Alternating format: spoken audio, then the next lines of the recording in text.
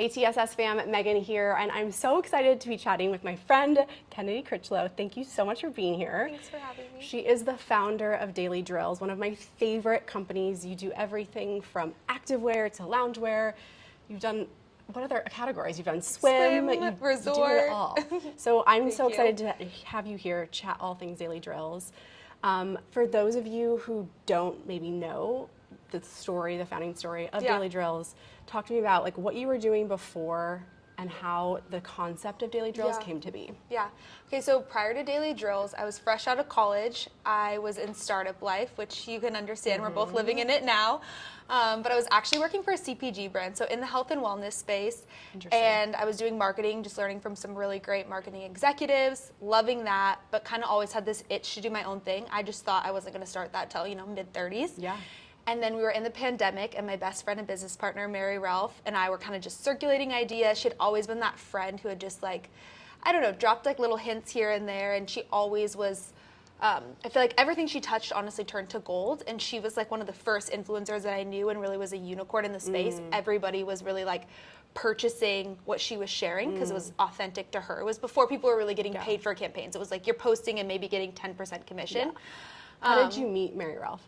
We actually ran a fashion account. It was a collaborative fashion account. So we had met virtually before we ever met in person. She was a senior in high school. I was a freshman in college. It was a fashion account. And it was us and 3 other girls, I think, and we posted on all different days of the week what we were wearing, what we were eating. I know the story. That's so interesting. I know, it's so funny. I don't know whatever happened to it. And then we both moved to LA for college and then became fast friends. Yeah. And I told my husband one day, I was like, she's such a unicorn. Like, I would put my money behind anything she wants to start. And Justin was like, well, Kennedy, why don't you start something with her? And I was like, I don't think she's going to want to start anything with me. And we were both actually doing some freelance work for somebody who was in the manufacturing space and whatnot. And it kind of just like stirred things within us. And I texted her on literally like a Tuesday night. And I was like, hey, do you want to start an activewear company? So originally we were supposed to be activewear. Yeah. And she was like, yeah. And from there, it was like within a few weeks, we had our name, we had our LLC. It was also COVID time. So we had a lot of extra time on our hands. And I feel like so much creativity comes from boredom. We were both so bored. So it started as activewear, and then we put out our first crew neck, which really kind of quickly gained us momentum and created this drop-based business model. And then we really leaned into lounge from there. We did one, you're gonna love this, we did one like booty burner. Oh my God. And we were both huffing and puffing. We were like, no, save this for the professionals. Well, we like fashion more. Because you thought maybe you would want to integrate fitness. Oh, we were gonna have an app. No. So. But I also think that's so much respect for you. Well, but like also I think ideas and like as you get started, it can all be fluid. Like you can record something and be like, you know what, that's actually maybe not what we want to do here, and like that's okay. And what's so fun about a small business is that you can make those decisions and pivot so quickly. Exactly, and evolve. What year did you create the crew that like went viral? That was like 3 months into business, so back in 2020. So like 4.5 years ago, So I met Mary Ralph and Kennedy online first. You were doing the Sculpt study workouts. Then I moved to LA. Met in person, we did some privates, and I feel like my first real introduction to Daily Drills were, I don't even know what you called them, the nylon. Oh my gosh, the bounce shorts. The bounce shorts, because we did those fun videos together in the bounce shorts. I feel like you had just launched those. But I feel like since then, you've really leaned into like loungewear, everyday wear. That's our bread and butter for sure. Yeah, like, I mean, I have this like what is like the gray crew neck? Is it like the thermal? Is that I have your gray thermal, and it's like just like that piece that you get home from work and I just want to throw it on because it's so simple and so good. Yeah, I love that. Okay, so talk to me. You've just started this business. What if you could go back in time? What is one thing you would tell yourself, or that you wish you knew? I feel like honestly, I feel like you'll resonate with this, but just like don't take myself so seriously. I feel like at the beginning I was like, do I need a business plan? Do I need this? How am I going to do taxes? And it was like, I kind of like got too far ahead, and I wish I would have just been like, okay, look, this is just fun. We're just having fun here. And it's like, it'll be what it's meant to be. If that's a big brand that's bigger than Ralph and I, great. If it's just an experiment and a way to explore and exercise a different skill set, great. Like, there are learnings from it. But I think just like historically, I've always taken myself a bit too seriously. So I'm like leaning into the playful side now and just like, you can control what you can control, and then there's part of it that's just absolutely out of your control, so there's no point in fixating on it. Yeah. I feel like that's something I'm constantly working on. It's like, it's not so serious. Yeah. Like, it really isn't. And I think like in all aspects of life, I think it's like, especially if you're a bit of a control freak. Yeah. And I'm not that I'm a control freak, but like I think I want things done in a certain way in all areas of my life. Yeah.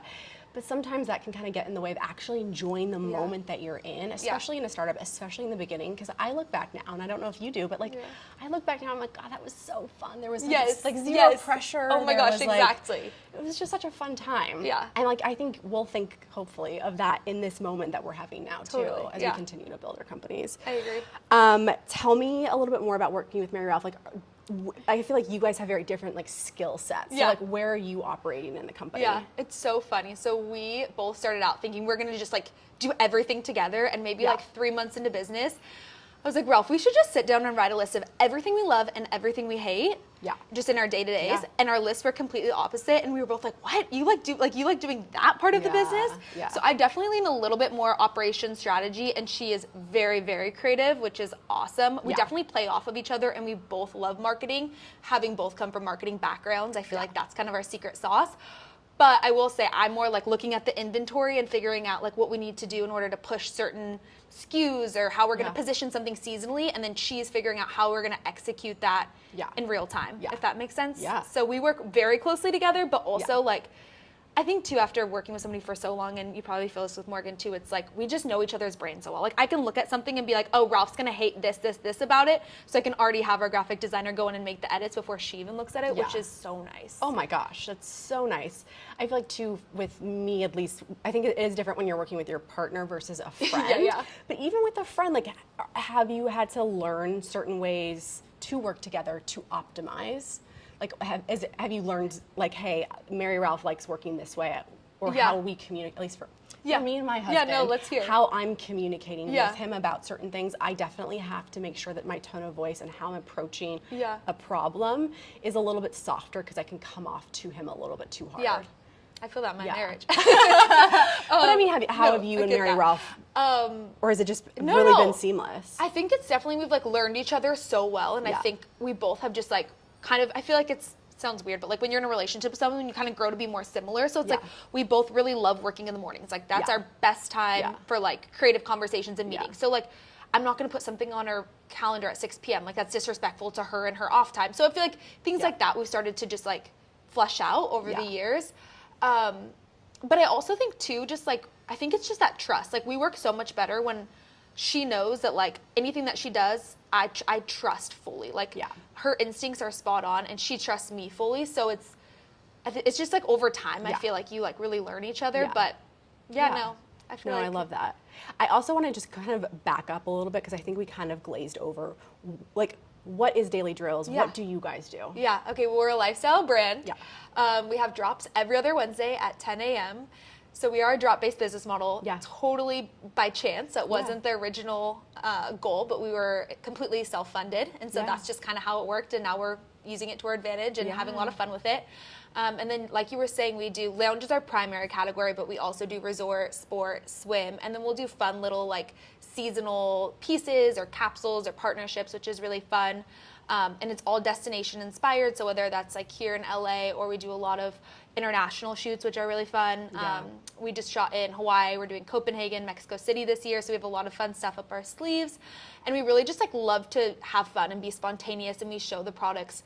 I mean, you were just on set with us, which was so fun. Which I think this is going to come out around the same time. I had the amazing opportunity to be your movement director on a set that was dance inspired, which I'm wearing one of the pieces, and I feel like my fam, like you see me in Daily Drills all the time, especially working out, but that was so fun to be on set with you guys and like just also see how you operate on a shoot.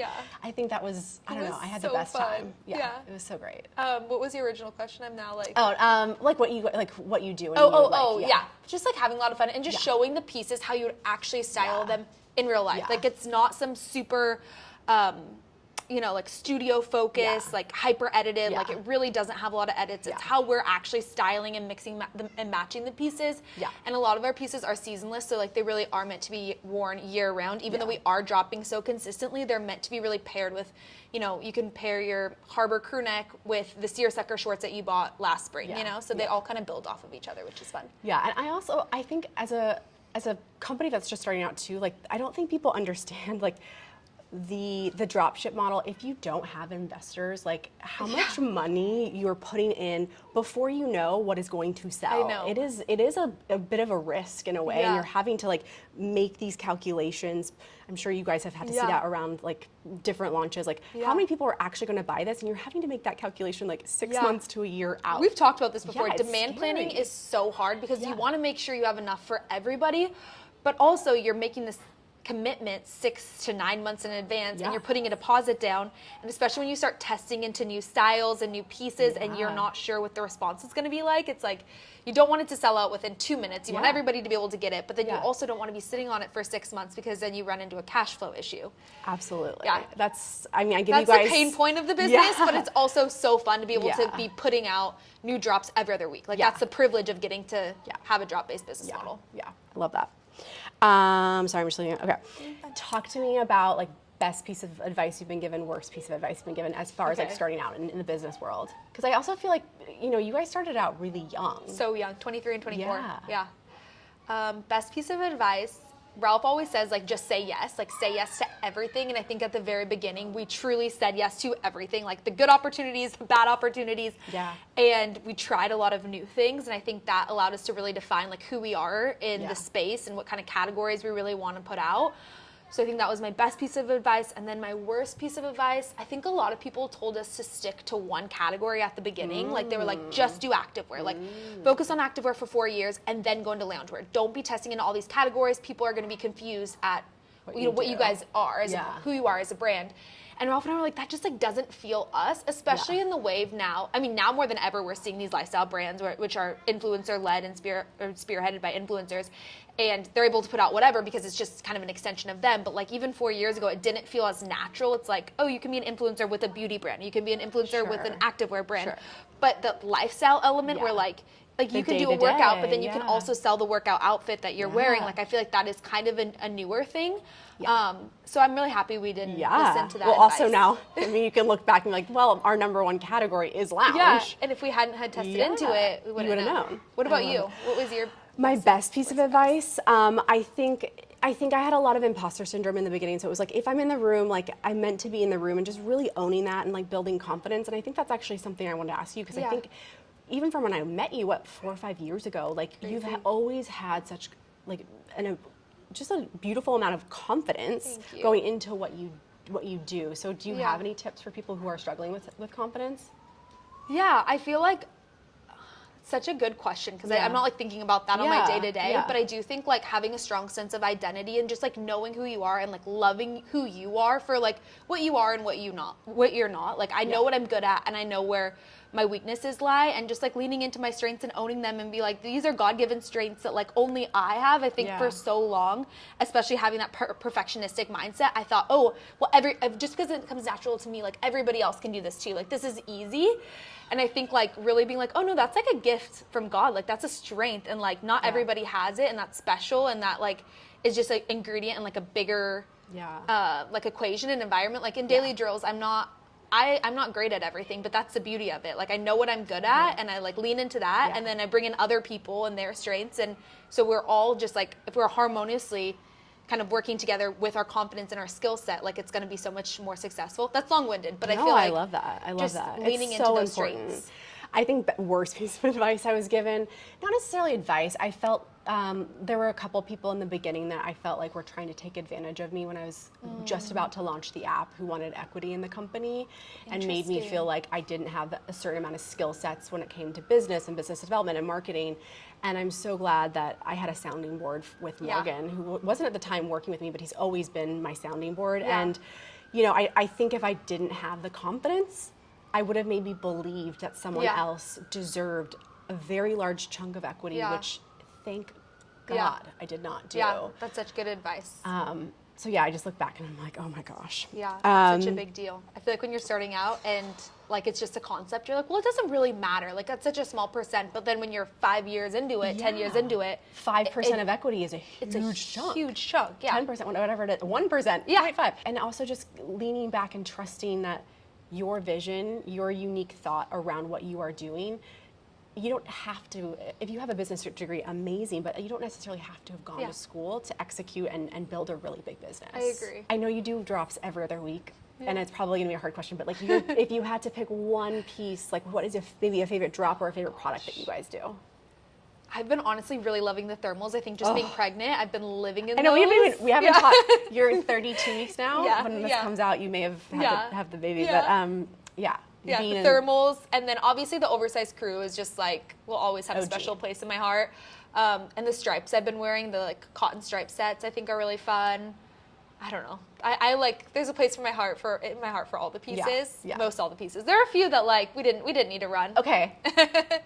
Top secret. Maybe you can give us the tea on that. Like, what is one piece that you were like, we shouldn't have done We that? did stripes, like bonbon stripes, and I see people wear it now, and I'm like, oh, it looks so cute on them. Wait, I think I've like the It was stripe. like no, it was like No. a striped sweater, but like crazy colors. It was like a really fun concept. Okay. It was super itchy. At least I thought it was itchy. I'm sensitive to itchy sweaters, Yeah. so and like a little bit see-through. I don't know. It was one of those pieces that like once I actually, okay, if you're like drawing something and you're like, I know that I drew that. It was Yeah. one of those things I was like, oh, I know I made that. Yeah. You know, Yeah, like yeah, it was yeah. fun Yeah. in theory, but like the actual execution, I was like, ooh, I don't know if I It love didn't that. come out. Okay.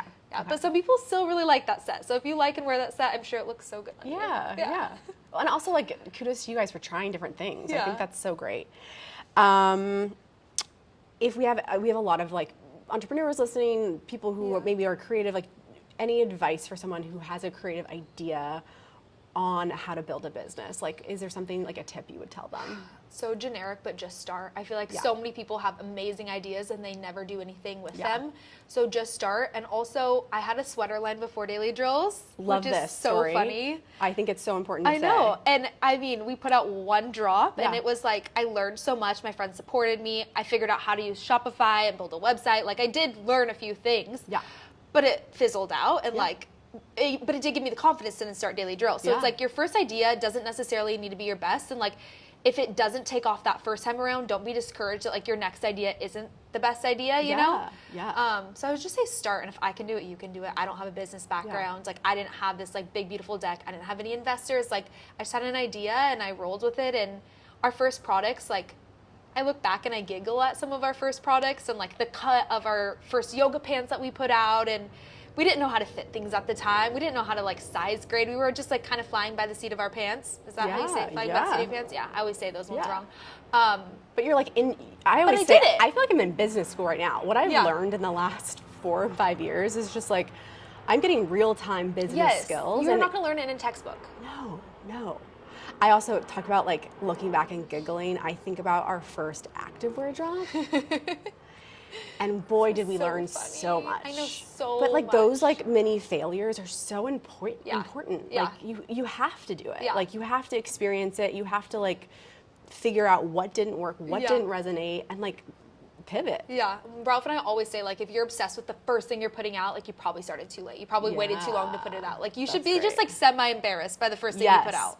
100%. And that also goes to like content creation. That Yeah, goes like the that whole can be thing, applied just to try everything. it. It's Yeah. it's not gonna feel natural the first time you do it. No, not at all. Let's talk about the power of social media.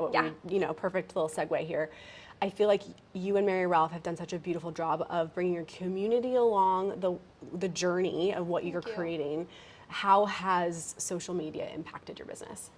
Oh, in so many ways. I'm like so thankful for social media.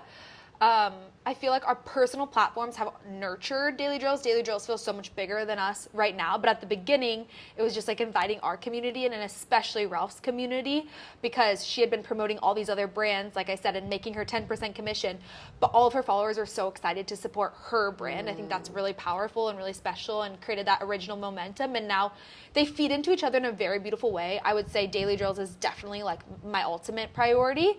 And I use social kind of as like a fun little way to express myself. But again, it like has allowed me to be in so many rooms, meet so many people, meet people like you. Like, if I wasn't on Instagram, I doubt you would have invited me in for a workout and we wouldn't be having this conversation. So it's opened so many doors that we're super grateful for. But I definitely think the focus now is really like leaning into Daily Drills and like all that's coming from that. And like we have, we're obviously on Instagram and TikTok, and like there's so many more. There's just more every year. I feel like there's just more to keep up with. So it's like which you can be only have daunting. so much time in your day. I know. How do you deal with that tension, especially being the face of it's a lot. TSS? I think we're finally in a place now where a lot of our community is going to the Sculpt Society's account to get the information, the tips, and separate from my personal account, which to me is the goal. It's the goal, yeah.